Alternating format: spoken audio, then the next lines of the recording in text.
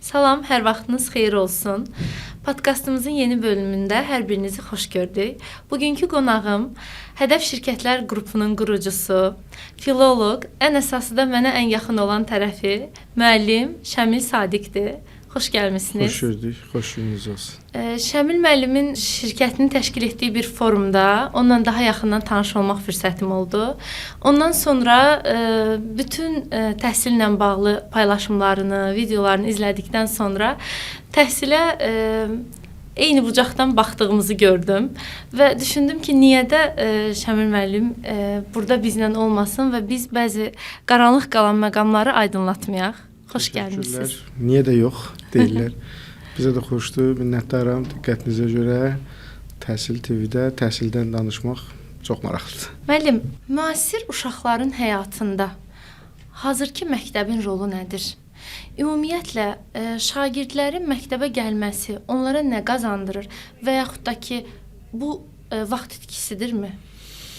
Çox üç mərtəbəli sual oldu. Deməli, belə eləyək də. Mən arzu və zarafat bir müəllimə tərif vermişəm. Deyirəm, dünənin adamı bu günə sabahı öyrətməyə çalışır.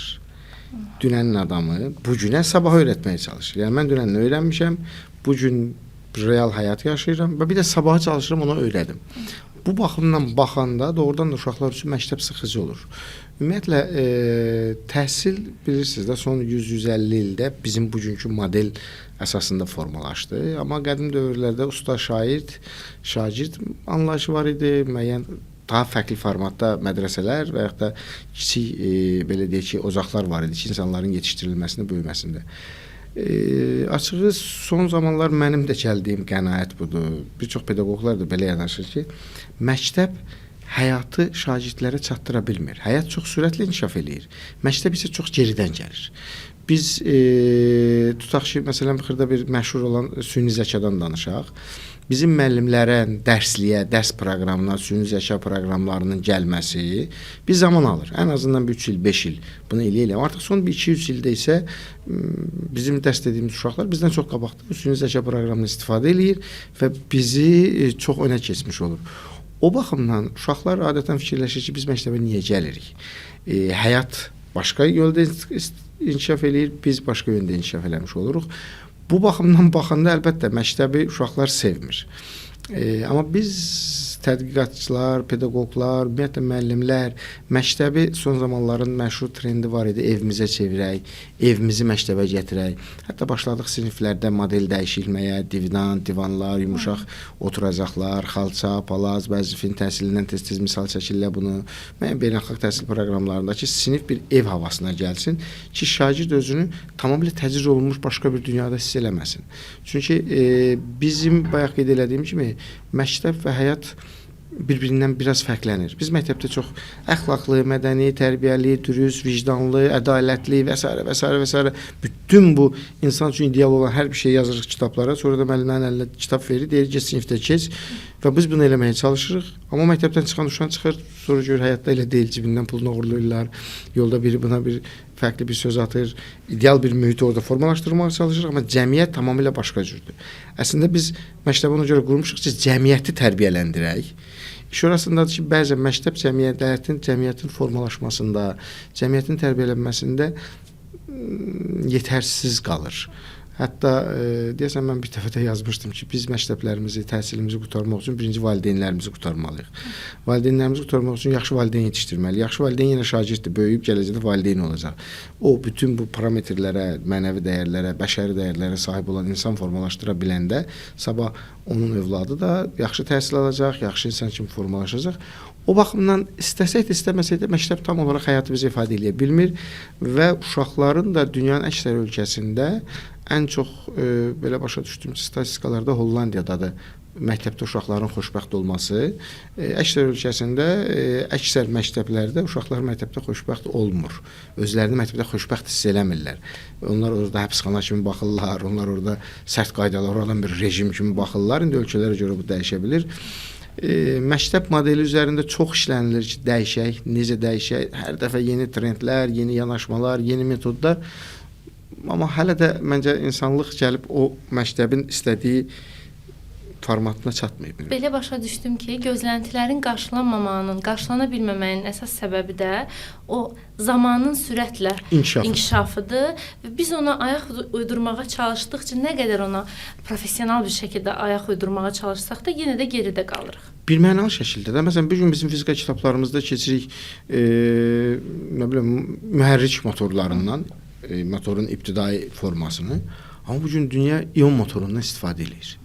Nə bilim, tamamilə fərqli. İndi mən fizik deyiləm, ədəbiyyatçıyam deyə daha çox texnologiya baxımından bu problemləri yaşayır. O baxımdan ayaqlaşa bilmir. Məktəb həyatına ayaqlaşa bilmədiyinə görə adətən geri qalır. Bir də məşhur slaytlarımda istifadə edirəm bunu. 100 il bundan qabaqki təyyarəyə baxanda biz ilk yaradılan təyyarə 150 il deyək də, ilk yaradılan təyyarə bir nəfərli kiçik bir təyyarə modeli idi və indiki təyyarə modelinə baxırıq, nə bilim 100 tonlarla yükü göyə qaldırıb minlərlə insanı, yüzlərlə insanı bu başdan başa daşıya bilir. Maşın modelinə baxırıq, ilk Ford yaradılan maşın və bugünkü müasir ağıllı maşın modelinə baxırsan 150 ildə maşın nə qədər inkişaf eləyib, yəni ağla gəlməz səviyyədə. Amma məktəbə baxırıq, yenə şagird belə oturub. 150 il bundan qabaq da belə otururdu, müəllimə qulaq asırdı, indi də belə oturub, müəllimə qulaq asır. Və bu zaman həyat ilə məktəb ayaqlaşmır. Və ona görə də bəzən məktəbi sevə bilmir uşaqlar. Ona görə də hər birimiz, hər bir məktəb, hər bir tədris müəssisəsi, müəllim, yaradıcı olması, dəyişkənliyə meylli olması, operativ şəkildə zamanı izləyib, düzdür, bəzən proqramlar bizə imkan vermir, əlimizdə olan kurikulumlar ki, bəs bunu belə keçilməlidir. Amma məncə yaradıcı müəllim burada vəziyyətdən çıxa bilir, modeli dəyişə bilir, formatı dəyişə bilir. Sevilən müəllim o həyatın proseslərini ora cəlb eləyə bilir və yaxud da onun istədiyini verə bilir. Çünki bir də uşaq formalaşan bir material deyək də, biz onu böyütməli, başına buraxmaq da olmur. Çünki ona bir yön vermək, istiqamət vermək proqramı çizməlisən. Deyə bilərikmi ki, operativ, yeniliklərə açıq olan müəllim müasir dövrün tələbidir? Birmənalı şəkildə. Baxın, təhsilin qarşısında çoxlu məqsədlər qoya bilərik də. Yaxşı alim olsun, yaxşı nə bilim dil bilsin, yaxşı insan olsun və s. və s. Bunların hamısını bir dənə adı qoya bilərik. Çevik, zəkalı insan yetişdirsək biz, qarşısına çıxan problemlərə anında cavab verə bilsin, vəziyyətdən çıxa bilsin, özünü ifadə eləyə bilsin, gördüyünü normal, doğru, dürüst anlaya bilsin, bu insan modelidir.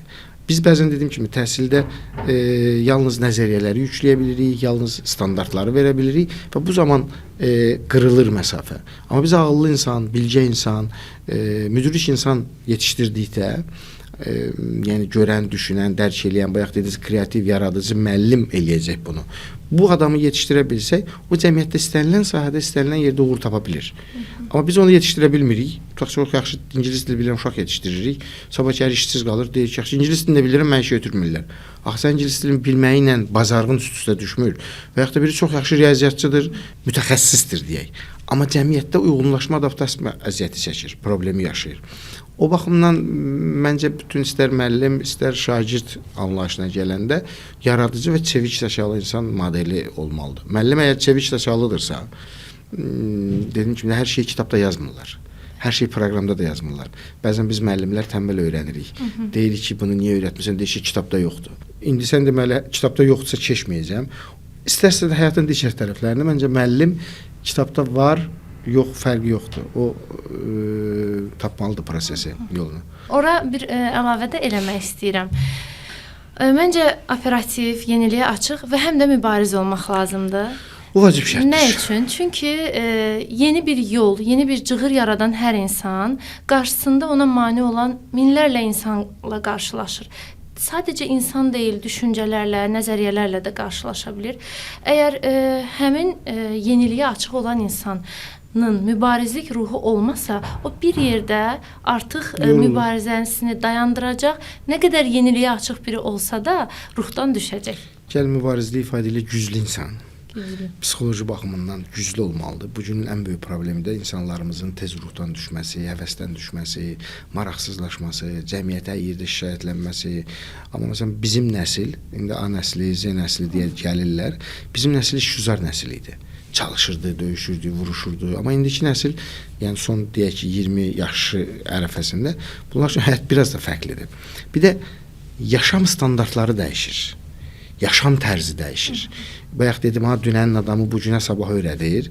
Mən hər dəfə mənə dədəm belə idi, mənə nənəm belə idi, bizim kənddə belə idi, bizim vaxtımızda belə idi. Uşaq dönür nə deyir qardaş? O sizin vaxtınızdır. Bizim vaxtımızda elə deyil. Onun da uşağın vaxtında belə olmayacaq. O baxımdan insan birinci güclü olmalıdır. Bayaq dediyimiz o hədəflərə doğru gedəndə çevik zəka, məntiqi düşüncə, yorulmazlıq. İnsan yorula bilər, amma öz-özünü motivasiya eləmək qabiliyyətinə malik olan insan obrazını yetişdirmək məktəbin birinci borcu olmalıdır. Mən birmənalı deyirəm, təhsil deyəndə biz elmi nəzərdə tuturuq. 700 bal toplayıb instituta girməyi nəzərdə tuturuq. Qətiyyən qəbul eləmirəm. Bu cür insan, bu cür cəmiyyət formalaşdıra bilmərik. Onun yerini artıq süni zəka əvəz eləyir. Mənim 700 bal toplamaq deyək də, nə bilim 1000 bal da %100 yazmaq deyək. Bu format dəyişir. Bilgi ilə, elm ilə, sinifdə, cəmiyyətdə hökmranlıq eləmək olmur. Bugün sən bacarığı ilə, sən çevik zəka ilə, sən mübarizliyi ilə bayaq dediyinin, sən güclü fəhmi ilə, özünü idarə etmə qabiliyyəti ilə fərqlənə biləcəksən. Yoxsa mən hər şeyi bilirəm, mən filoloqam, gəlin mənə bir 2-3 saat vaxt verin, nə bilim, gedim fizikanın, mexanikanın, qızıl qanunundan hazırlaşım, bir təqdimat hazırlayım. Doludur. Mənim vəzimdən slayt hazırlayanlar olacaq. Səsimi verəcəm ora, nə bilim, video da hazırlayacaq. Artıq texnologiya dəyişib də.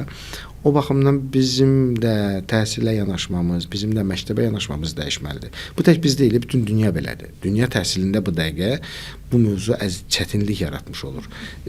Bilgi yarışı dövrü bitir. Bilginin hökmranlıq dövrü bitir. Çünki hamının əlçatan imkanları var. Bir gün biz bu studiyada çəkirik, amma biz ikimiz bu söhbəti eləyib bir süni zəka proqramına verə bilərik. 2 məkab dedikləri, nə bilim, obraz çıxarda bilər və onu videolaşdıra bilər və təqdim edə bilər cəmiyyətə. Amma bunu danışmaq, bunu ifadə eləmək, burada özünü ifadə eləmək bacarığı önəmlidir. Bir də nəzəriyyə ilə, indi o bilgi deyəndə mən onu nəzəriyyə ilə eyniləşdirirəm qismən. Nəzəriyyə ilə praktika hazırki dövrdə gördüyüm qədərilə döyüşür. Praktika üstün gəlir nəzəriyyəyə. Təcrübə çox. Amma biz qiymətləndirmə mövqeyinə gələndə praktikanı yox, məhz nəzəriyyəni qiymətləndirməyə meylli oluruq. Mən bunu şəxsi araşdırmalarım nəticəsində bu qənaətə gəldim ki, axı biz niyə belə eləyirik? Çünki nəzəriyyəni qiymətləndirmək çox asandır. Amma praktikanı qiymətləndirmək çətindir və çətinlikdən də ziyadə orada qarşı tərəfin səbəbləri də göz önündə türklər demiş bulundurularsa, artıq o zaman sənin qiymətin də dəyər itirir. Yəqin belədir də, o da tam haqlısınız. Yəni nəzəriyyəni qiymətləndirmək asandır, bir də praktikanın qiymətləndirilməsində subyektiv, obyektivlik var. Təcrübəni qiymətləndirmək subyektivlik tələb eləyir. Yəni bir insan bir insanı ölçməlidir. Bəli. Amma nəzəriyyəni qiymətləndirmək artıq avtomatikləşdirilmiş, avtomatlaşdırılmış maşınlar 100-dən sual ver, cavabı budur, düz yazdı, səhv yazdı və bundan çıxarda bilirsən vəziyyətə. İOL olimpiyadası var, International Linguistik olimpiyadası da belə deyək, dillər üzərində olimpiyadadır, beynəlxalq olimpiyadadır. Bizim liseyin şagirdlərindən biri olimpiyadada iştirak eləmişdi, Banu İbrahimli. Banu yer tutmamışdı o olimpiyadada. Amma Banunun sualları verdiyi həlli yolları, təhlil ərəfəsində yazdığı cavablar komissiyanı maraqlandırmışdı. Ona bir xüsusi məktub gəlmişdi. Bu uşağın xüsusi istedadı var və bu bizim təsəvvür eləmədiyimiz formada həllə getməyə çalışır. Bu artıq subyektiv qiymətləndirmədir. Çünki maşın onu qiymətləndirə bilmir. Maşın sonunda nəticəyə baxır. Cavab adı, bedi, cedi və s. filandır. Amma bunu yazan baxır ki, bundan fərqli yolda. Biz heç bunu düşünməmişdik. Deməli, bu modeldə var.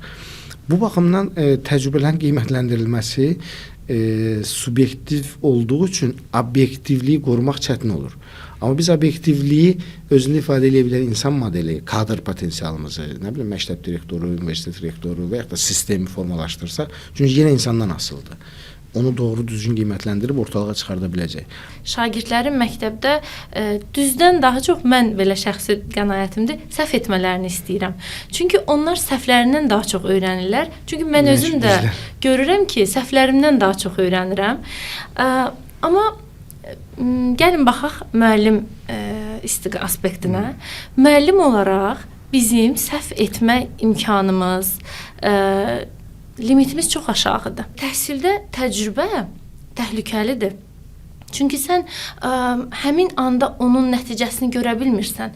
Tutalım, mən 1-ci sinif şagirdləri ilə apardığım hər hansı bir eksperimentin nəticəsini 5 il, 6 il, bəlkə də 10 il sonra görə bilərəm və bəlkə də heç onu görməyəcəm. Artıq burada bizim təhsildə standartların varlığına ehtiyacımız var. Yəni nəzəriyyə artıq sırf bu səbəbdən bəlkə də düşünürəm ki, riskləri ortadan qaldırmaq məqsədi ilə təhsildə daha ağır. Nəzəriyyə, standart, çərçivə olmalıdır. Amma sizə bir şey deyim, məncə məktəb çərçivəni sevmir. Müəllim standart, baxımından da. müəllim olaraq deyirəm. Məktəb standartı sevmir. Məktəb, bilmirəm deyəsən Uşinskinin sözüdür. Belə bir fikri var. Deyir, müəllim istəyir stolun üstünə çıxsın, istəyir stolun altına girsin, istəyir müəllimə açsın, amma öyrətsin. Yəni nəyi necə öyrədəcəksə öyrətsin, mənim nəticəni əldə eləmiş olsun da. İndi o baxımdan standartlar istənilən halda bir iş başlanılırsa, bir proses gedirsə, çərçivə olmalıdır, yol xəritəsi olmalıdır. Bu bir mənalıdır. Mən o baxımdan təhsildə təcrübənin tərəfdarıyam və zaman-zaman biz bunun həllini görəcəyik. Məsələn, bugün müasir dünyanın müxtəlif ölkələrində 4 illik, 5 illik, 6 illik təhsil yavaş-yavaş düşür aşağıya. Məsələn, əksər ölkədə tutaq ki, magistr təhsili 2 ildir, amma az bir ölkə var ki, magistr təhsili artıq 1 ilinə məsələ yekunlaşa bilir. Zaman sürətini azaltmaq üçün insanlar da təhsildə çalışırlar ki, onu biz aşağılara çəkək. İxtisarlar eləyirlər müəyyən mənada. O da nəyə çıxardır? Təcrübə ilə. Biz məsələn universitet tələbələrindən soruşanda deyirlər, oxuduqlarımızın heç biri həyatda lazım deyil. Universitet nəyə lazımdır? İlk sual bu olur da. Yəni 4 il oxuyursan, sonra gəlsən o sahədə işləməyə, baxırsan ki, sən oxuduqların ya köhnədən qalanlardır, ya reallıqda başqa cürdür. Və bir də başlayırsan təzədən öz ixtisaslı, öz peşəvi iş başında təcrübədə inkişaf elətdirməyə. Ona görə təcrübə ilə nəzəriyyə vəhdətdə öyrədildiyi təqdirdə daha effektli olur. Nəinki yalnız nəzəriyyə ağırlıqlı və yaxud yalnız təcrübə ağırlıqlı olanda. Müəllim, nəzəri hər hansısa bir bilgi verəndən sonra mütləq boş bir zaman verməyə çalışıram şagirdlərə. Niyə? Çünki sanki mən nəzəri bir biliklə o uşağın beynində bir toxum əkdim, bastırdım onu. Onun orada toxumun torpağa öyrəşməsi üçün, o mühiti özününküləşdirməsi üçün ki, orada böyüsün, göyə ucalsın. Onun üçün bir zaman lazımdır. Bir məna. Və görürəm ki, bu zamanı onlara biz verəndə nəticələri qavraması daha da yaxşı olur və həmişə müəllimlərin yaralı yeri oxuyub anlamadı. Biz indiyə qədər, hardasa bir 3 il, 4 il bundan əvvələ qədər Azərbaycan dili sanki sadəcə dil qaydalarından ibarət imiş kimi tədrisimizi davam elətdirirdik. Amma sonradan oxuyub anlamanın nə qədər önəmli olduğunun fərqinə vardıq. Və günümüzdə müəllimlərin də, şagirdlərin də cəmiyyətimizin də nazir demişkən, yəni doğrudan oxuyub anlama problemlərimiz çoxdur. Var, bəli. Bir filoloq olaraq bu məsələdə biz müəllimlərə nə tövsiyə eləyərsiniz ki, biz oxuyub anlamanı uşaqlar üçün daha əlçatan və asan edək? Valla bu elə bir mövzudur ki, belə ayaqüstü nə mən tövsiyə verə bilərəm, nə də qərar verə bilərik. Amma təhsilin məncə təməli ilə oxuyub anlama üzərində qurulmalıdır. Bu yalnız Azərbaycan dili müəlliminin, ədəbiyyat müəlliminin funksiyası deyil də. Sözsüz ki, bu oxuyub anlamanı biz öyrədirik. Amma oxuyub anlama qabiliyyəti olmayanda fizikada əziyyət çəkir, tarixdə əziyyət, bütün fənlərdə əziyyətini çəkəcək. O baxımdan birinci bunun məsələsinin həlli məncə mütaliədir. Çoxlu mütaliələrin olmasıdır. İkinci, uşaqlarımızın danışdırılmasıdır. Biz uşaqlarımıza danışmağı da öyrətsəydik, dünya bir başqa cür olardı. Biz onları danışmağı çox öyrətmirik, imkan vermirik. Yəni bir müəllim olaraq mən də kimsə qarşısında danışmağa imkan vermirəm də. Bir sualın üstündə bir yarım saat danışıram. Məktəbdə də beləyik. Yəni biz özümüz danışırıq. Uşaq bir fikir söyləmək istəyir, yalan söyləyəcək, yanlış söyləyəcək, səhv söyləyəcək. Qulaq asmaq imkanımız olmur, səbrimiz çatmır. Məncə birinci biz çoxlu kitab oxumalıyıq. İkinci, oxuduğumuz kitabların müzakirəsini eləməliyik. Hökmən vacib şərtdir. Bunun bugün Azərbaycan cəmiyyətində elə mövzumuz da gəlib çatsın. Burada bədii ədəbiyyatın oxunma səviyyəsi çox aşağıdır. Məktəblərimizdə bu xüsusən də orta məktəblərimizdə, ibtidai siniflərimizdə. Burada valideyn baskıları da var bəzən, mən başa düşürəm. Valideyn də qınamıram ki, çünki o institutda qəbulu gözləyir. Onun üçün çox yaxşı, nə bilim, bədii əsər oxuyub, yaxşı insan olub əldə tutulacaq nəticə deyil. bəlkə həyatında həmişə lazım olacaq, amma əldə tutulacaq, nə bilim, instituta girdi, qəbul oldu, universiteti bitirdi, diplomu var deyil bu. Miss oradan soruşulur ki, sən bu Nobeli qazandın kimə borclusan? Yəni səncə burada sənin üzərində ən böyük əmək kimindir? Deyir anamın. Deyir ki, hamımız fikirləşir ki, alimlər deyəcək, müəllimlərim deyəcək, deyir anamın. Deyir, çünki anam mənə hər gün deyirdi ki, sən axşam evə qaydanda, yəni məktəbdən qaydanda deyirdi ki, bu gün müəllimə hansı sual verdin? Mən müəllimə yaxşı sual verəndə, məntiqli sual verəndə, anam mənə konfet verirdi, şokolad verirdi. Və ona görə mən hər dəfə sual icad eləyirdim özümdən ki, bu gün müəllimə bu sual verim və anamın da xoşuna gəlsin. İndi biz sual verməyi öyrətməliyik. Yəni anlamaq üçün sual vermə qabiliyyəti olmalıdır. Biz bəzən təzə test modelləri ki var, bəzən sual verilir, daha doğrusu mətndən bir parça verilir, deyib mətnə sual ver.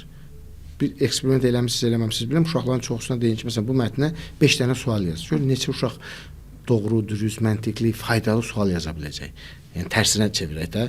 Sualı verib mətnindən cavab tapmayaq, cavabı verək deyə buna sual ver. Bu baxımdan danışdırmaq birinci, müzakirə eləmək, mühakimə eləmək, əsərlərin müzakirəsi keçirilməlidir. Önəmli tərəfləri budur. Yəni anlamanın birinci şərti oxumaqdır.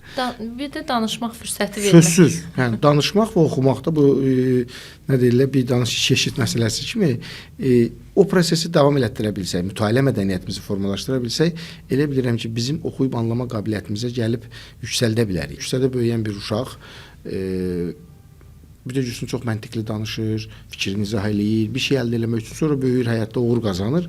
Və fikirlərsiniz ki, məktəb qurtarmayıb, bu nə eləməyib, bazarda böyüyüb, filan olub. Çünki cəmiyyətin içərisindədir, yaşamaq üçün daim ifadə eləyib, fikir alıb, fikir verib. Amma biz bunları bir günəş görməyən bitki kimi meşənin içərisində böyüdürük və sonra cəmiyyətdə o dediyiniz oxuma, anlama, dərk etmə, görmə, ifadə etmə problemləri yaşayır. Məncə birinci səbəb müəllimlərimiz çoxlu uşaqlara kitabı oxuturmalıdır və sözsüz gözləri oxumalıdır. Və yaxud da bugünün kitabı filmlərdir.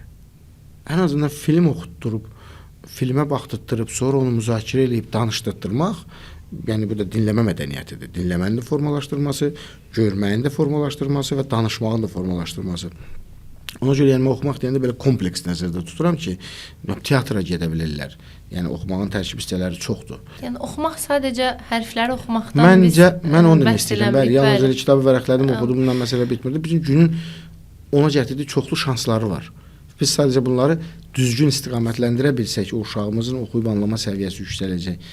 Bir status yazırsan, bir elan verirsən, filan tarixdə, filan yerdə, filan tədbir keçiriləcək. Altdan suallar gəlir. Nə vaxt keçiriləcək? Harda keçiriləcək? Kim keçirəcək? Qardaş, bu 5-6 cümlədir. Oxu, anlamasan və bizim ifadə edin bu ifadəni. Məsələn, dərs keçirir. Mən adətən əvvəllər uşaq hazırlaşdırdığım dövrlərdə uşaqlara hissləndiyim dövr bu idi. Qabağında ədəbiyyat kitabı mənə soruşur. Müəllim Nizami neçənci ildə doğulmuşdu? Filan əsər neçənci ildə yazılmışdı? Hani bir çılğına dönürsən ki, kitab əli altındadır. Mən danışdırmaq istəyirəm. Aç, baxdı orada rəqəmdir da. Başa düşülməli bir şey. Çünki tənbəllikdir. Həkim mən niyə onu vərəqliyim? Elə bu desin yadında saxlayın. Axtarma vərdişləri. Bəli də, yəni tədqiqat, araşdırmadır. Və ya da bir sözün düzgün yazılışı. Uşağın kitabının arxasında lüğət var. Onu eləmir. Müəllimdən sorur. Müəllim falan söz necə yazılır? Halbuki orada var da lüğətində var. Çünki o tənbəllikdir və biz o araşdırmaya da yönəltməliyik. Önəmli şərtdə oxuyub anlama baxımından. Bunların hamısı oxuyub anlamanın gördüyüm o qədər geniş belə aspektləri var ki. Əslində təməlləri elə siz dediklərinizdir. Mənim çox sevimli bir müəllimim var idi. O da Azərbaycan ədəbiyyat müəllimim idi, hökmə müəllimim. Biz o repetitor olduğu dövrdə hansı ki biz universitetə hazırlaşırdıq, maraqlı bir üsul istifadə eləyirdi Şəmil müəllim. Deməli, biz sinifdə testləri yazarkən, mövzu sınaqları işləyərkən, qayda kitabı yanımızdaydı və deyirdi ki, sualın cavabını aç, kitaba bax, yaz. İmtahanda kitaba baxmamalısan. Mən onu, baxmayaraq ki, Azərbaycan dilində onu tətbiq edirdi, hazırda şagirdlərimə vurma cədvəlində tətbiq elədim və çox maraqlı bir nəticə aldım. Uşaqlara vurma cədvəlini əzbərləyin heç vaxt deməmişəm. Ümid edirəm ki, bundan sonra da deməyəcəm. Amma bir misallar kitabımız var. O misallar kitabını işlədən zaman deyirəm ki, vurma cədvəlini çıxartmışam. Yanınıza qoyun, ora baxa-baxa yazın, baxa-baxa yazın. Hardasa bir ay yarımın sonunda mən şifahi olaraq onları salacağım eləyəndə baxdım ki, artıq əzbər bilirlər. Bu bir daha mənə onu göstərdi ki, görüb yadda saxlamaq məsələsi Bəli. var. Məsələn, şeir əzbərlətdiririk uşaqlara, deyirik ki, kitaba baxmadan de, əzbər de. Halbuki o kitaba baxa-baxa ifadəli oxuya bilsə, səsləndirə bilsə, obrazlı səsləndirə bilsə, bu artıq şeir əzbər bilmiş kimi bir şeydir. Eyni şey də dediyim kimi, yəni sualı kitaba bax, biz elə uzağa getməyək. Yəni müəlliməniz yaşayırsa Allah canı sağ eləsin, yaşamırsa Allah rəhmət eləsin. Deməli, pizza qiymətləndirmə testləri necədir? Beynəlxalq qiymətləndirmədir. Mətn verilir, sonra mətnin qabağından suallar verilir. Bu gün bizim indi kurikulumun təqdim elədiyi materiallar da təqribən oraya yaxındır, imtahan növlərimiz də yaxınlaşıb. Halbuki bu sualın cavabı bu mətndədir. Bax, yaz, bacarırsansa. Çünki dərk, oxuyub anlama oradan çıxır məsələyə. Amma biz bunu götürüb gizlədirik, deyirik əzbərlə. Və əzbərçiliyə yönəldəndə yanlış olur. O baxımdan, yəni çevik zəkalı dediyim, oxuyub anlayan insan dediyim cəmiyyətimizə sizin dediyiniz metod çox yaxşıdır, mən də tərəfdarıyam. Qoy qabağına, baxsın, 1-2 axırda o baxmaqdan yorulur. Bəli. Deyilə yadımda saxlayım, əzbər saxlayım ki, bilim nə idi. Hazırda düşünürəm ki, təhsilimizdə bir paradoks var. O paradoks da nədən ibarətdir? Müəllim sürətli zamanla ayaqlaşmalı və şagirdlərini zamana uyğun yetişdirməlidir. Amma eyni zamanda sinif otağında bacardığı qədər yavaşlamalı və şagirdlərinə zaman və vaxt verməlidir. Biz bəzən sinifdə də o zamanla ayaqlaşmaq istəyimiz sinifdə də özünü göstərir. Müəllim olaraq deyirəm. O qədər tələsirik ki, deyirik bu bilgini də verək, onu da bilsin, uşaq onu da bilsin. Amma bir anlıq belə dayanıb düşünəndə görürsən ki, verdiyim bütün bilgilər, sən düşünürsən ki, mən verdim, məndən çıxdı. Amma bəs qarşı tərəf onun nə qədərini götürüb? Çatdı mı, çatmadı mı? Bax, burada ciddi bir paradoks yaşayırıq. Bir də valideyn baxışından indi ora baxaq. Bayaq maraqlı bir məqam dediniz. Valideyn övladının universitetə qəbulunu düşünür. Bugünkü valideynlərin gözləntiləri, müasir valideynlərin müasir təhsildən gözləntiləri nədir? Sizin özünüz də valideynsiniz, 4 övlad atasısınız. Allah saxlasın hər birini. Nə gözləyirsiniz təhsildən? Çox qəşəng sualdır. Mənim bir təlimim olur arada. Valideynlər təhsildən nə istəyir? Doğrudan çox, birinci hər bir valideyn bunu qarşısına sual verməlidir. Mən məktəbdən nə istəyirəm? Biz təhsil deyəndə məktəb deyək, dəli universitet təhsili artıq ikinci mərhələdir. Biz hamımız məktəbə köçlənirik. Mənim gözləntim, mənim övladım insan olsun. Mənim övladım əxlaqlı, vicdanlı, ədalətli, mədəni, nə bilim, humanist, tolerant, yəni bir insan modeli. Mən görmək istədiyim budur. Bir insan özünü dərk eləyərsə, bir insan istər mənəvi, istər fiziki cəhətdən sağlam olmağı bacara bilirsə, həm öz canlı sağlığını qoruya bilir, həm ruhən sağlam olur, nə bilim, əxlaqi məsələlərdə qataq bunun içərisində. Bir də bir insan bacarıqlı olursa, bu bir normal insandır və bu cəmiyyətdə yaşamaq haqqı olan insandır. Onun üstünə bir yaradıcılıq, bir də bilik gələndə bu artıq üst insan olur ki, bizim gözlədiyimiz diplomlu adam deyək də. Təəssüflər olsun ki, diplom anlayışı, diplom xəstəliyi uzun illərdir, son 100 ildə bəşəriyyətə əziyyətə salır, çətinliyə. Bu bir yarışdır, bu bir diplom sevdasıdır. Hər kəs nə istəyir? Məsələn, əslində diplomu niyə istəyir valideyn? Uşağım oxusun, instituta gitsin, diplom olsun ki, fəhli olmasın, ağ adam olsun, daha səlqəli, masa ətrafında, nə bilim, daha rahat qazanc əldə edə bilsin, yaşaya bilsin. Amma indi bu yavaş-yavaş bu diplom almaq ilə bacarıq əldə etmək yan-yana deyil. Diplom alışı başqa bir şeydir. Pulu ilə, komfortu ilə, nə bilim, nə ilə diplom alınır. Amma bacarıq əldə etməyi insanlarımız buraxıb. Bizim valideynlərimizin yanlış tərəfi, tək Azərbaycan valideyni deyil, deyirəm, şərqin ümumiyyətlə çoxluğu belədir. Avropa biraz bunu aşıb, onun üçün maraqlı deyil adam haranı qurtaracaq. Bizim təhsildən istədiyimiz bacarıq olmalıdır. Təhsildən də gözlədiyim odur ki, onu adam kimi yetişdirsin cəmiyyətə, faydalı bir insan kimi yetişdirsin. Sonra o özü öz yolunda tapacaq, nə bilim, dolanışığında tapacaq, yaşayışını da müəyyənləşdirə biləcək. Amma biz qüsurlu insan böyüdürük. Sonra deyirik ki, bunun yaşayış tərzi niyə belə oldu? Mən dönürəm, öz ailəmə baxıram. Mən Oxford oxumamışam, mən güclü ingilis dili bilmirəm, mən böyük rus dili bilmirəm, bir də Azərbaycan dili bilirəm. İndi digər dillər indi belə deyək də bilmirəm deyəndə biraz Sonra fərqli baxacaqlar. Dərdimi anladacaq Hə, qədər. dərdimi anladacaq qədər məişət səviyyəsində ifadə edirəm. Fikrimi bu mənə yetərlidir. Amma mən bir iş adamıyam. Bu da bir belə motivasiya olsun həm valideynlərimizə, həm müəllimlərimizə. Mən uğurlu bir ailə başçısıyam. Nə bilim, atama pis övlad deyiləm. Ətrafıma faydalı ola bilirəm. Bir iş qura bilirəm. Deməli, mənim müəyyən bacarıqlarım var da. Bu harda böyüyüb? Naxçıvanın Nehrəm kəndində. Uzqar bir yerdə, bir növ belə deyək. Kənd təsərrüfatında, heyvanların yanında, məişətdə, məhəllədə, bir kəndin içində necə olar, təbiətin qoynunda. Oradan böyümüşəm. Amma mən düşünürəm ki, bu mənə niyə verdi? Bu bacarıq və bu qabiliyyətini şans falan zad da bir tərəfə qoya bilərik. Amma mən atamdan öyrənirdim. Bizi işlədirdi. Nə bilim, elə tapşırıqlar verirdi ki, fərqində olmurduq. Amma bir gün fikirləşdim ki, nə yaxşı mənə bunu vaxt demişdi. Sonra gəldim həyatda bunu eləyə bildim. Çətinliklərə sala bilirdi. Bu baxımdan bacarıq dediyimizə qayıdıram yenə.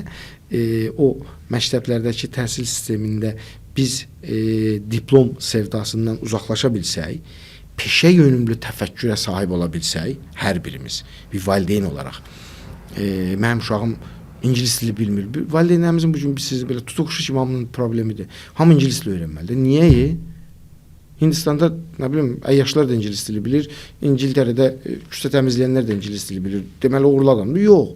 Hə, o mənim ölkəmdə biraz fərqli görsənə bilər. Amma bir yerdən sonra işə yaramır. O baxımdan biz insanlarımızı bacarıqlı böyütdüyümüz təqdirdə o gələndə dildə öyrənəcək. Lazımı təqdirdə başqa bir sənəti də öyrənməyə meylli olacaq. Ümumilikdə baxılalsa, bir statistika çıxardılsa, əksər insan 30 yaşından sonra öz bacardığı peşəni tapa bilir. Sevdiyi ilə bacardığını üst-üstə sala bilir. Arzuları ilə. Bəzən xəbərimiz olmur. Məsələn, mən ömür boyu deməyək də məktəb vaxtlarında heç vaxt müəllim olmaq istəməmişəm. Bir yerdə məcburiyyətdən, bir yerdə təsadüfdən və mən məktəbə başladım və indi fikirləşirəm ki, mən ən yaxşı halda müəllim ola bilərdim. Nə yaxşı ki, buradasın. Nə yaxşı ki, müəllim ola bildim. Demək, mən özümü də kəşf edə bilməmişdim. Çünki cəmiyyət məni fərqli formalaşdırmışdı. Özünü dərk orada valideynlərin övladlarına verə biləcəyi məncə ən böyük hədiyyədir. Bir mənalı. Özünü dərkdə mənim sözünüzə qüvvət düşünürəm ki, həyatla yoğrulmaqdan formalaşır. Hazırki günümüzün valideynləri övladlarını o qədər idarə eləməyə meyllidirlər ki, onlar istəmirlər həmin o uşaq həyatla yoğrulsun, bəlkə boşa düşsün. Sual verəndə də deyirlər ki, bir dənədir, iki dənədir, biz onları qorumaq istəyirik. Amma o bir dənə çox maraqlı bir söz var. Çətin mühitlər, şəraitlər uğurlu insanlar yetişdirir. Uğurlu insanlar komfortlu uşaqlar böyüdür. O uşaqlar təzədən çətinliyə düşürlər. Hə, belə bir yaxşı bir Bəli. Çox yəni o qədər həqiqət var ki bu məsələdə. Bu məqamda növbəti sualımı istəyirəm sizə verim. Bu kontekstdən çıxış eləyəndə valideyn nə qədər məktəbə və yaxud da ki, müəllimə güvənir. Daha da konkretləşdirsək, şagird nə qədər öz müəlliminə güvənir, valideyn nə qədər öz məktəbinə güvənir ki, öz övladını oraya etibar eləyir və bu qədər idarəçiliyin nəticəsində uğurlu, diplomlu şəxsiyyətlər gözləyir. Çox təəssüflər olsun ki, Azərbaycan məktəbi Azərbaycan valideyninin güvənini itirib. Yəni, bu gün Azərbaycan valideyni Azərbaycan məktəbinə güvənmir. Bu ümumi sistemin də problemi ola bilir, bu müəllimin də problemi ola bilir. Bir vaxtlar valideynlər məktəbə güvənirdi. Məktəbdə müəllim uşağı döysə də, söysə də fikirləşir ki, o gedir və bu bunun yaxşılığınadır. İndi məktəbdə uşağa bir dənə çıtma vura bilməsən, çünki valideyn bilir ki, sən buna düşmənçilik eləmisən. Səbəb, etiraf eləyək, burada valideyn, yəni cəmiyyətin inkişafı da var. Bir zamanlar müəllim neçə nəfər idi? Yəni mən 50 il, 60 il, 100 il bundan qabaq çox az bir mühitdə savadlı insan var idi. Və bu savadlı insana hamı çox böyük hörmət ilə, izzət ilə, bilgi sahibi bilirdilər də. Adam oxuyub gəlib, diplomu var, həm də bunun bilgi dolu insandır. Bu gün artıq insanımız, bayaq dediyim, müəllimin bilgisinə ehtiyac duymur. Hamı psixoloq olub TikTok-un üzrə, Facebookdan, Instagramdan, hamı fərdi inkişaf sahəsində təlim alır. Hamı nə bilim, filan pedaqoq deyir ki, uşağa belə yanaşarlar, filan psixoloq deyir belə yanaşarlar. Oturub indi izah eləyirsən şərtləşində o uşağa deyib də, bu uşağa deməyib. Hər uşağın da öz fərdi psixoloji durumu var. Birinci o problem ki, valideyn özünü müəllimdən ağılsız hesab eləmir və bilgisiz də hesab eləmir. Bəzən üstün hesab edir. Bəli. Üstünlüyü də var, sözsüz. Elə istedadlı valideynlərimiz var, fərqli sahədə çalışır. Müəllimdən də çox önəmli peşədir. Amma ona görə də müəllimin işi çətinləşib. Müəllimi valideyni inandırmaq, Ona görə müəllim yalnız bilik deyil də, burada artıq dediyim məsələ o təcrübə, bacarıq, çevik zəka, vəziyyətdən çıxış yollarının tapılması, bayaq dediyiniz zaman ilə məktəbə ayaqlaşdırılması, bu proses gəlib və biz də buna uyğunlaşaq. Yoxsa uşaq gəlib mənə, ay müəllim bilirsiniz, misal üçün deyəndə ki, mən nə bilim Gemini-yə yazıram ki, filan şey filandır, filan mənə cavab verə bilir. Müəllim kəs səsi, bu nədir? Bu boş-boş işlərlə məşğul olma deyirsə, halbuki uşaq başa düşür ki, müəllim sən nə gündəsən? Bu boş-boş şeylər deyil, çox önəmli bir proqramdır. Dünya bundan istifadə eləyir. Bundan siz də yararlana bilərsiniz. Və uşağın da məktəb müəllimə güvəni qırılır. Valideyn gəlib bir şey deyir. Çünki müəllim ona görə müəllimin işi çətinləşib və o güvəni qaytarmaq üçün biz o sistem güvəni qaytarmağımız üçün bir sistem olaraq, təhsil sistemi olaraq çox ciddi islahatlara ehtiyacımız var. Düzdür, bugünkü təhsil sistemimizdə ümumiyyətlə Elm və Təhsil Nazirliyinin islahatları var, layihələri var, amma 30 ildə itirdiyimiz o qədər şey var ki, son 1-2-3 ildə bunu mən inanmıram ki, yaxın bir zamanda aradan qaldıra bilək. Biz əvvəllər təhsil üçbucağı deyirdik, valideyn, məktəb, şagird üçbucağı və uşağa kömək eləməsin, cəmiyyət. Amma bir uşağın formalaşması üçün bir dairəyə ehtiyac var. Dairədə nöqtələr çoxdur. Üçbucaqda 3 dənə nöqtə var. Ev, məktəb, tutaq ki, bir də uşaq. Amma dairədə o qədər nöqtə var ki, təsir eləyici amil o qədərdir ki, bir uşağı böyüdəndə TikToku da nəzər almalısan, Facebooku da nəzər almalısan, onun dostlarını da nəzər almalısan, televizorda nəzər almalısan, YouTube'u da nəzər almalısan, YouTube Kids'də nəzər almalısan. Misal üçün deyirəm, amma nə bilim, cəmiyyətdəki prosesləri nəzər almalısan, dünyadakı gedişata nəzər almalısan. Bunu yetişdirən məktəb və ailədir. Ailə ola bilər savadsız ailədir. Məktəb də çox üstün bir məktəbdir. Ailə çox yüksəkdədir, amma məktəb hələ də o səviyyədə deyil. Ona görə balanslaşa bilmir də. Ona görə biz təhsil dairəsində o konusvari şəkildə bir şagirdin üzərində formalaşma, onu yüksəyə qaldıra bilərik. Mərkəzi nöqtədə şagirdi, yəni uşağı saxlayıb yüksəldə bilərik. Və bu baxımdan biz məktəbin güvənini qaytarmalıyıq. Ən böyük bəlamız budur. Yəni məktəbə və müəllimə valideyn güvənmir. Amma çox maraqlıdır ki, bəzən baxırsan məktəbə güvənmir, tutaq ki, repetitora güvənir. Amma həmin repetitor elə həmin məktəbin müəllimidir. Yəni eyni müəllimdir də, eyni sinifdədir. Deməli sistemə güvənsizlik var. İnamsızlıq var. Bu da bir zaman alacaq bunu aradan qaldırmaq. Çünki 30 ilin keçid dövründən bu tərəfə yıxılan çoxlu sütunlar oldu. Pis yaxşı Sovet təhsili var idi. Biz onu yıxdıq, dağıtdıq, məhv elədik. Yeni bir şey quracağıq dedik və onu da quranmadıq. Yarımçıq və indi son 3-4 ildə yanaşmalara baxıram ki, fərqli yanaşma var, amma bu da böyük zaman alacaq deyə düşünürəm. Müəllim, bizim magistraturada bir müəllimimiz var idi. O həmişə dərsimizin adı belə idi, proqram gelişdirmə. Həmişə deyirdi ki, yenilik yaratmaqdan ziyadə əlinizdə olanı yeniləməyi düşünün. Bunu üstün tutun. Əksik tərəfləri, çatışmayan tərəflərini tamamlamağı düşünün. Hazırki vəziyyətdə mənim gördüyüm qədərilə təhsil sisteminə olan güvənsizliyin əsas səbəblərindən biri də təhsil sisteminin əsas onurğası olan müəllimin özünə güvənməməsidir. Bu özgüvənsizliyin, o ağacın kökündəki o özünə dərkin aşağı olmağının əsas səbəblərindən biri də psixoloji tamlığımızın pozulmağıdır. Burada çox qəşəng. Ailə qayğıları, məişət qayğıları, dolanışıq falan, bütün bunları kompleks şəkildə nəzərdə biz tutanda necə eləyək ki, müəllimlərin psixoloji tamlığını özlərinin öhdəsinə verək və deyək ki, ay müəllim, sən özünü psixoloji olaraq tamamla, sən özünü tamamlayandan sonra məktəb rəhbərliyin də, şagirdlərin də, valideynlərin də sənə güvəni artacaq və dolayısıyla sistemə güvəni artacaq. Çox qəşəng, təşəkkür edirəm. Çox yaxşı yerə toxundunuz. Bütün bu güvənsizliyin başlanğıcında müəllimin öz güvənidir. Bir müəllim ki, tapşırıq ilə, dayda ilə, müxtəlif yollar ilə, nə bilim, gözü qıpıq şəkildə məktəbə işə düzəlmirsə, o imtahana girir, nəticə göstərir, müsabiqəyə girir, haqqı ilə o işi qazanırsa, o müəllim heç nədən qorxmayacaq. O yer gələndə valideynin də qabağında duracaq, nə bilim, məktəb rəhbərliyi əgər haqsızlıq eləyirsə, ona da sözünü deyə biləcək. Çünki özünə güvənmək hissini formalaşdıracaq o sertifikasiya.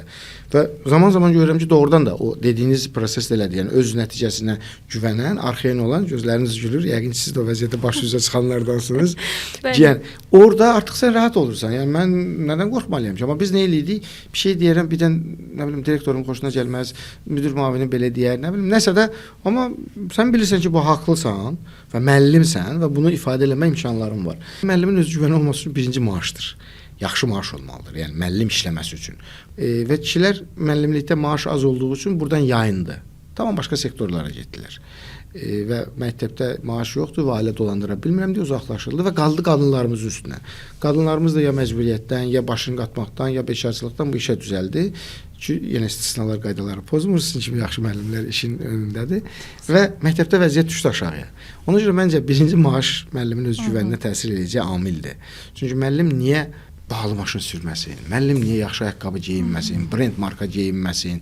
Dünyada heç bir yerdə müəllimlər həmişə yaxşı maaş almayıblar. Yəni bu tək Azərbaycan deyil, ən az maaş alan həmişə müəllimlər olublar. Bu birinci məsələ idi. Bayaq dediyim kimi, yəni o özgüvən qaytarılması. İkinci, imtahanla qəbul olunma bir özgüvən anlayışıdır. Və bütün bunlar toparlananda şəxsiyyət kimi, müəllim də bir şəxsiyyətdir. Bəzən səslənir müəllimlərə qabiliyyət imtahanı. Bəli. Arada fikirləşirəm ki, ehtiyacdır, çox böyük ehtiyacdır.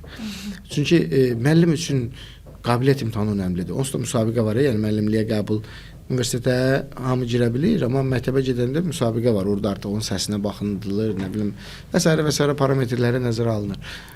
O baxımdan çox qəşəng vururuz. Müəllim özgüvəni yaranarsa, məktəb özgüvəni yaranır, məktəb özgüvəni yarananda toplum özgüvəni yaranır, toplum özgüvəni yarananda ölkə özgüvəni yaranır. Bizdə isə sözsüz ki, detaldan başlamalıdır. Mən bir dəfə yenə Türkiyədə təhsilin ən başında olan birinə bir sual verdim.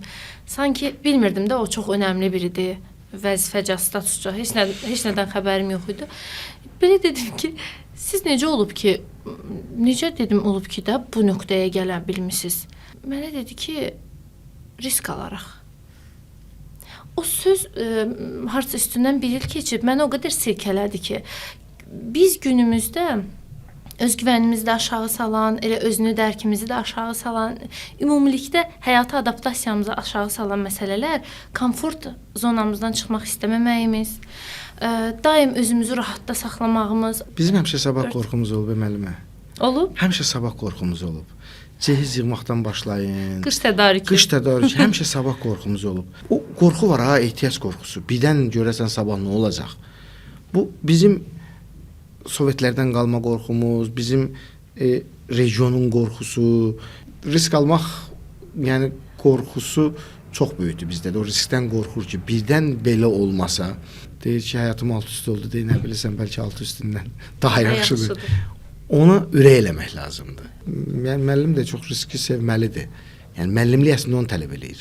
Risk eləməyi bacarmalısan. Zamanla da xüsusilə ayaqlaşmalı olduğum məqamlarda o qorxularımız beynimizin aşağı hissələrində, o alt qatlarında olan məsələlərdir. O qorxularımıza qalib gəldiyimiz anda düşünürəm ki, yeni qapılar açılır və yeni həyat bizim üzümüzə gülür. Bəli, bizim üzümüzə gülür. Bu baxımdan müəllim, son olaraq gənc müəllimlərə, bizi izləyən gənc müəllimlərə tövsiyələrinizi istəyəcəm sizdən. Çox sağ olun. Mən elə təşəkkürümü indi də eləyim. Maraqlı söhbət oldu. Çoxdandır belə televiziyalarda ümumiyyətlə rahat söhbət eləyə bilmirik. Ya vaxtarlıq olur, ya sual qıtlıq olur və s. Minnətdaram. Maraqlı mövzudur. Pozitiv enerjiniz ilə də mövzunu zənginləşdirdiniz. Birinci, gənc müəllimlərə sizin sözünüzdən deyirəm, mübariz olmaları lazımdır. Yorulmadan bu prosesə qoşulmaq istəyən. İkinci, bir müəllimə sual, həmişə özünə sual versin ki, doğrudanmı mən müəllim olmaq istəyirəm, yoxsa yox? Müəllimlik nə qədər şərəfli peşə olsa da, ali peşə olsa da, müəllimlik qədər ağır peşə yoxdur. Sən 3 amili həmişə nəzərdə saxlamasan, ailəni, şagirdi, rəhbərliyimi və cəmiyyəti deyək də, və hamısına xidmət eləməlisən, hamısını oynamalısan, biraz kobud desəm. O baxımdan müəllim üçün birinci özünə sual vermə, doğrudan mı mən müəllim olmaq istəyirəm? Yəni bu fədakarlıq tələb eləyir. İstəmirəmsə gedim başqa işlə məşğul olum, ya oluramsa da belə vicdanla olum, birinci məsələ odur. İkinci məsələ mütaliədir. Hər bir müəllim öz peşəsini və öz sahəsindəki yəni prosesləri izləməlidir, oxumalıdır. Nə bilim, uşaq hazırlaşdırır, gedib Dövlət İmtahan Mərkəzinin sistemini izləməlidir. Nə bilim, istəyir ki, gələcəkdə tədqiqatçı müəllim olsun, elmi işlə məşğul olmalıdır. İstəyir ki, rəhbərliyə keçsin, Təhsil Nazirliyinin göstərdiyi tədbirlər falan və s. və s. Yəni özlərində işləməlidir. Tövlid portfolyosunu zəngin eləməlidir. Bir mənalı budur. İkinci, mənim həmişəki tövsiyəm müəllim şagirddən şikayət eləməyi dilindən çıxartmalıdır. Şikayət müəllimi şagirdə düşmən eləyən amildir. Məktəbi valideynə düşmən eləyən amildir. Şikayət yox. Çünki bir valideyn uşaq verir bizə ki, biz onu formalaşdıraq. Mən də ondan bacarmayıb, onunla şikayət elədiyimdə yolunu tapmalıdır. Yəni çətindir, başa düşürəm, necə olacaq vəziyyəti idarə edən, amma yolunu tapmalıdır ki, mən bax bu material verilib mənə, mən bunu çox yaxşı bir aşılamalıyam. Onun üçün də hər dəfə ay bunu verən, gəl görüm nə vermirsən mənə deməməlisən. Ona görə də şikayəti dilindən çıxartmalıdır. Məncə sevgi bayrağı olmalıdır. Pafoslu səslənsə də müəllimin birinci bayrağı sevgidir. Sən ona sevgini verdinsə, ona verəcəyin ən böyük qiymət, ən böyük öyrədəcəyin elmdən yüksəkdədir. Yəni biz şagirdə, mən tez-tez bizim müəllimlərə də deyirəm, biz şagirdlərə qiymət yazmırıq, biz şagirdlərə sevgi veririk, biz şagirdlərə ev tapşırığı vermirik, biz şagirdlərə sevgi veririk və s. və s. O sevgini göstərməlidir. Çünki uşaqlar duyum qabiliyyəti böyüklərdən daha güclüdürlər. Bir baxışdan bilir ki, sən onu sevdin, sevmədin, qəlbində nə bilim ona qarşı münasibət necədir, gözündə necədir. O baxımdan onu üzərlərində formalaşdıran bir müəllim, yəni sevgisi bayraq eləyən müəllim, çalışqanlığı olan müəllim, oxuyub öyrənməyə meylli olan müəllim uğurlu müəllimdir və uğurlu da olacaq. Amma yalnız biliklə ilə məsələni həll etməyə güvənirlərsə, əmin olsunlar ki, bir gün yarı yolda qalacaqlar. Çünki robotlar gəlir və robotlar müəllimləri əvəz eləməsin deyə müəllimlər özlərinin o zəkasını gəlişdirməlidirlər, inkişaf elətdirməlidirlər ki, bəşəriyyətə, cəmiyyətə faydalı, gərəkli insan yetişdirə bilsinlər. Buna da deyirik biz bilgə insan. Təşəkkür edirəm. Çox sağ olun. Çox maraqlı bir söhbət oldu. Vaxtınızı ayırdığınız üçün bir daha təşəkkür edirəm. Hörmətli izləyicilər, bugünkü qonağımız Hədəf Şirkətlər qrupunun qurucusu, filoloq, müəllim Şəmil Sadiq idi. Biz bugün onunla təhsilin zamanla ayaqlaşmasından danışdıq.